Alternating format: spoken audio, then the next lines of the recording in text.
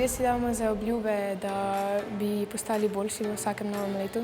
Si postavimo neke cilje in da vemo, kaj moramo narediti. Moje zaobljube so bile, da bom imel manj sladkorja in da bom bolj pogosto hodil v fitness.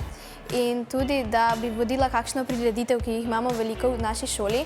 Bolj sem bil not, sem gledal televizijo, to leto pa sem bil več ven s prijatelji. Moje novoletne zaobljube so bile, da bi več hodila na sveži zrak in preživela več časa z družino. Ponavadi smo delali veliko stvari skupaj, zdaj pa ne toliko, ker smo ja in brat starejši. Za 2025 si želim, da bom bila še bolj prijazna, pa da tudi manj televizije gledanja in manj TikToka, pa Snapchata, pa takih zadev. V letu 2025 bom šel v srednjo šolo.